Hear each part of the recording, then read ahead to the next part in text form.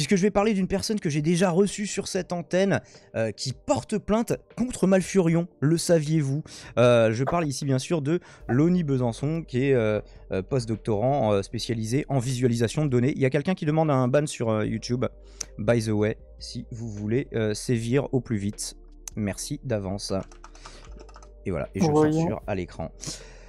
Donc voilà, il y a quelques jours, pour rappel, on vous parlait de la plainte que Raoult comptait adresser. Alors il y en a une contre Karine Lacombe pour avoir dit qu'il mentait sous serment, et il y en avait une autre sur Alexander Samuel. Alors pour rappel, je vous mets le lien, et je vous le mettrai dans la rediff de la vidéo qu'on va pas regarder parce qu'on l'a vu la semaine dernière, il me semble.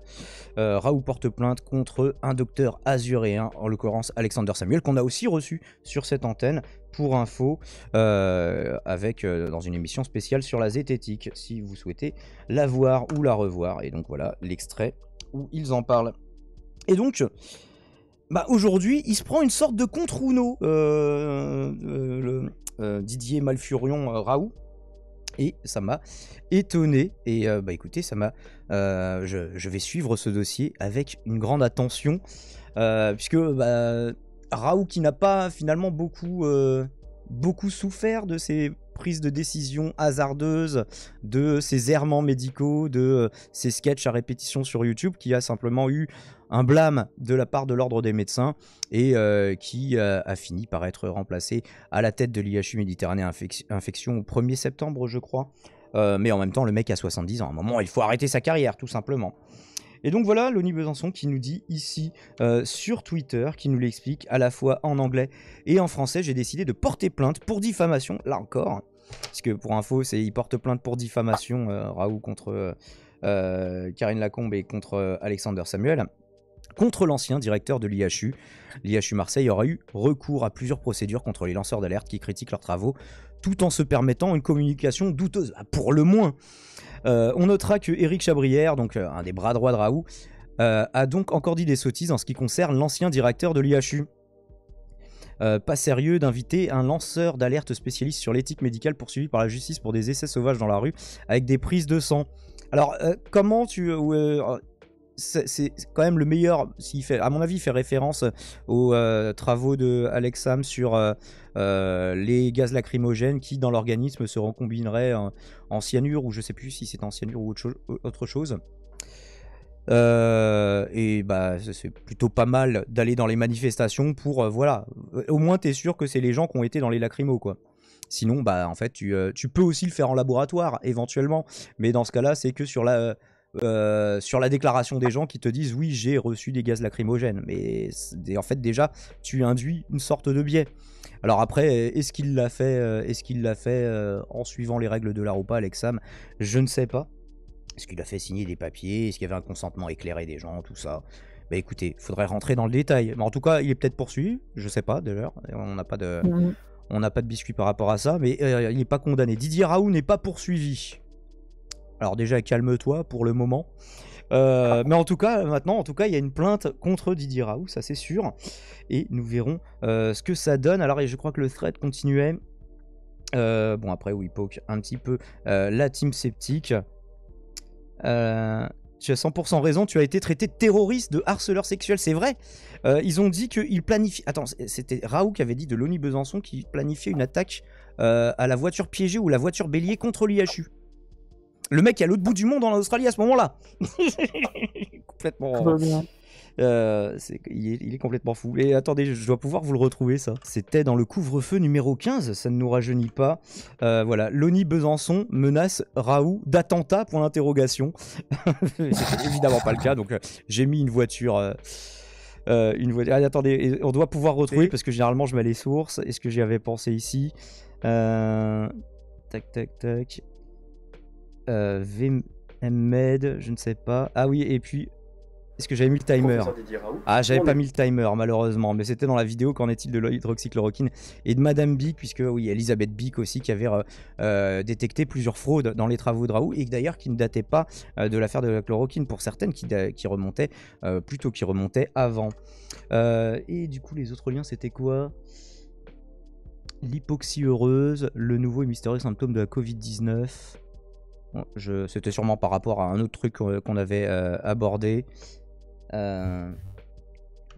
Bon, du coup, nous avons le timer. Écoutons Malfurion. À l'époque, c'était une vidéo qui datait du 1er juin 2021. Je serais pareil. Il y a un autre qui écrit des trucs qui a même proposé d'envoyer une voiture suicide sur l'IHU qui s'appelle Loni Besançon. Donc, mais qui c'est ces gens? C'est quoi? Ils recrutent ça dans les hôpitaux psychiatriques ou je ne sais pas ce qui se passe. Donc, quelque chose. Et puis il y en a un autre là qui dit qu'il était en classe et qu'il a fait son stage de sciences avec le ministre de la Santé et qui pense le défendre. Il s'appelle Guillaume Limousin. Mais qui sont ces gens-là qui s'excitent les uns entre autres, les uns avec les autres là, pour nous embêter. Pour nous embêter. Le look de Raoult, c'est déjà un attentat au bon goût. Non, bah sur le coup, moi, je trouve qu'il a plutôt une bonne gueule. Tu vois, moi, j'avais plutôt un biais positif par rapport à lui au début. Hein. Donc, bah, après, forcément, plus tu creuses, quoi. Mais et donc, Loni Besançon qui... Alors, j'imagine que, je sais pas si c'est en représailles, mais étant donné que c'est arrivé en juin 2021, à mon avis, s'il avait l'intention de le faire à l'époque, ça aurait déjà été effectif. Du coup, qu'est-ce que j'avais d'autre? Un article de l'Express, du coup, qu'on peut pas lire, il me semble, en entier, mais on pourra tout de même en lire le début. Est-ce qu'il n'y a pas un truc, si j'enlève Adblock ou... Non. Didier Raoult, mis en examen pour diffamation publique. Plus difficilement public que sur sa chaîne YouTube. Dans une vidéo visionnée 1 million de fois, l'ex-directeur de l'IHU, oui, parce que c'était de l'humour médical, du coup, qui marchait bien. C'était un collectif de youtubeurs, IHU Méditerranée Infection, qui avait une chaîne YouTube, où ils sont moins actifs aujourd'hui, en tout cas. Mais voilà, ça nous changeait de la Redbox et tout ça. Du coup, c'était humour spécialisé sur la médecine. Bah, malheureusement, en fait, voilà, ça c'est le troll que je fais habituellement. Malheureusement, Didier Raoult, en fait, il fait de l'humour involontairement. Lui, il essaye pas d'être drôle. L'ex-directeur de l'IHU Méditerranée Infection, donc qui s'appelle IHU Marseille, accusait un chercheur de vouloir commettre un attentat à la voiture suicide contre son institut. Et alors, qui sont les gens qui sortent d'hôpitaux psychiatriques, monsieur Raoult, du coup? Est-ce que c'est Loni Besançon ou c'est les gens qui accusent Loni Besançon de terrorisme? Littéralement, je ne sais pas, on peut se poser la question. L'Express a appris de sources judiciaires que Didier Raoult, ex-directeur de l'IHU Méditerranée Infection, a été mis en examen en avril 2022 pour diffamation publique. Alors oui, du coup, ça date un petit peu, ça aussi. La plainte a été déposée auprès du procureur de Nanterre par Loni Besançon, un chercheur critique des travaux du professeur marseillais. Elle vise les propos que Didier Raoult a tenus dans une vidéo diffusée sur la chaîne YouTube de l'IHU Méditerranée Infection le 1er juin 2021 et visionnée 1,2 million de fois tout de même. Il y a un autre qui écrit des trucs, qui a même proposé d'envoyer une voiture suicide sur l'IHU. Il s'appelle Loni Besançon, donc voilà, on l'avait regardé.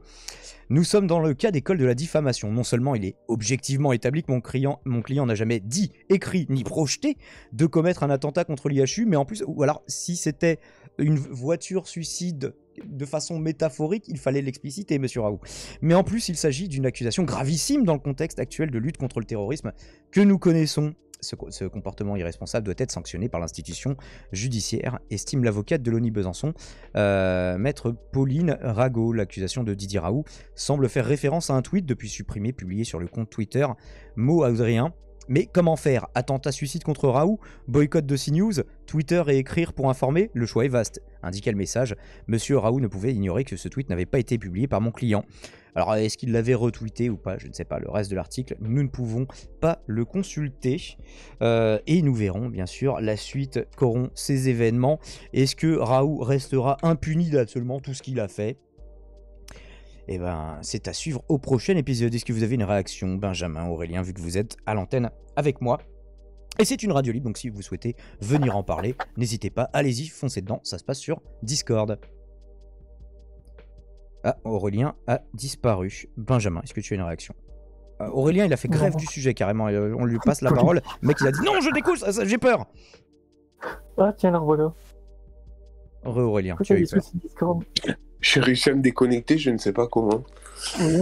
Non, je sais pas, je pensais qu'on fout dans une maison de retraite, Raoult, un truc comme ça, là, où il pouvait plus trop nous nuire, où on éviterait de lui tendre un micro et...